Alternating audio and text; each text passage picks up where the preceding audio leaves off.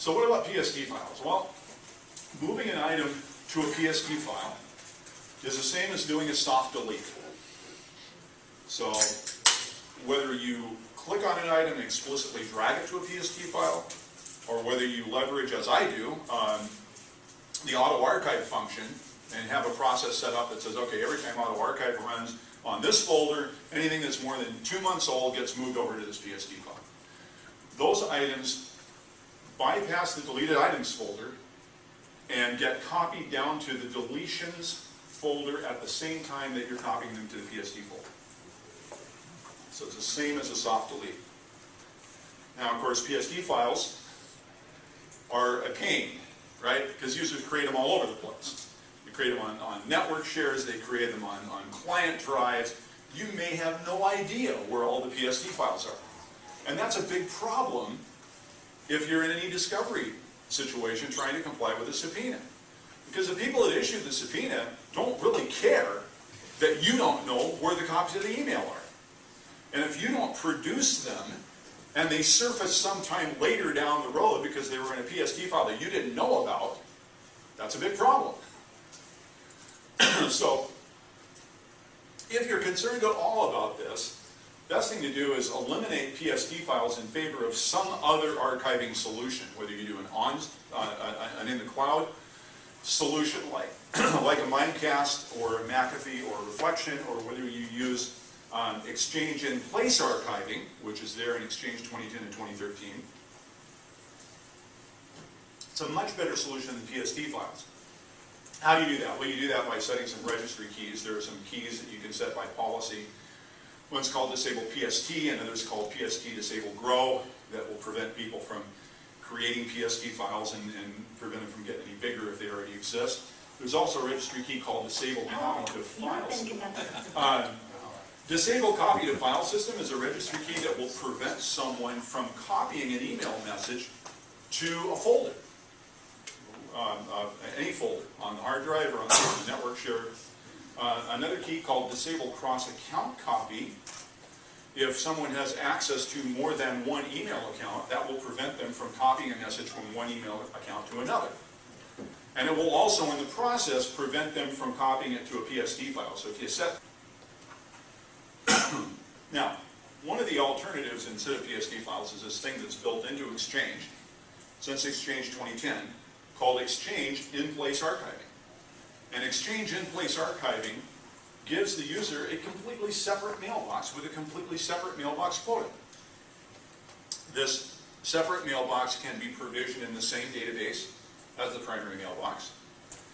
It can be provisioned in a different database on the same mailbox server, or it can be provisioned in a completely different mailbox server. So this gives you the ability to provision the in-place archive on lower cost and lower performing storage than the primary mailbox lives on. In fact, you can even archive to Exchange Online Archiving from an on-premise deployment of Exchange.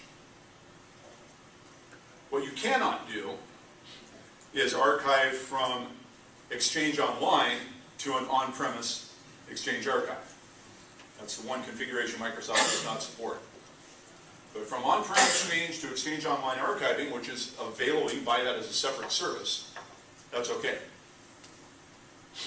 Office 365 E3 and E4 plans include Exchange Online Archiving. If you have a different Office 365 plan, Exchange Online Archiving can be bolted on as a separate service. If you're running this in an on-prem deployment, please remember that this is a premium feature and requires the Exchange Enterprise account. Yes? So why would you want archiving if it's already in the cloud? I mean, it's already there. It's part of the mailbox, right? It's already there if you have Office 365 E3 or E4. Well, right, but I'm just saying, you're saying that E3, E4 includes the archiving, in-place archiving. Right. Why? We don't care about in-place archiving anymore in the cloud. It's all in their mailbox. They hit delete, it's there, right? Well, it's only... Oh, it's 30 days. Yeah, it's only there for the length of the deleted item retention period. Okay, got it. And it also gives you the ability to, as we said, to have a separate mailbox, separate quota, lower cost storage potentially if you're looking at an on-prem deployment. It will, and there's a, if you're running in-place archiving, there's a whole discussion that we just simply don't have time to get into here about message retention management and policies and retention tags and all of the things that you can set to automatically move stuff from the primary mailbox into the archive.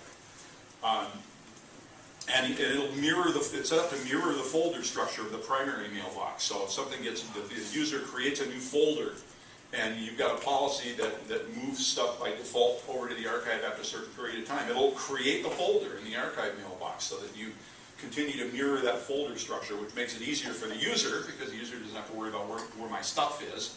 It's in whatever folder I put it in the first place.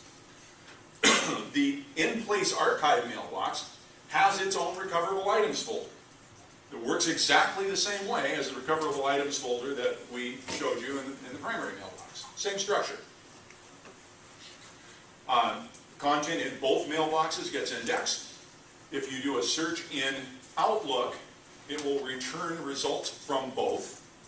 If you do a search in OWA, you actually have the option of choosing whether or not you want to include the archive mailbox in the search results. If you place a hold, a discovery hold, on a mailbox, that hold is placed on both the primary mailbox and the archive mailbox, if there is one. The only downside to this, if you want to look at it as a downside, is that the user cannot access the archive mailbox unless they are online with the server where that mailbox exists. Outlook will not create a local copy of the archive mailbox even if it is running in cached exchange mode. So you've got to be online with the server where the archive mailbox exists. And if you want to, by the way, there's going to be links like this sprinkled through this whole presentation, so please download a copy of this when the presentations are made available. I think you'll find some of this very useful. I mentioned messaging records management and retention tags and policies and stuff that can change pretty much everything I just talked about. And there's a really nice article at TechNet that steps you through what those things are all about.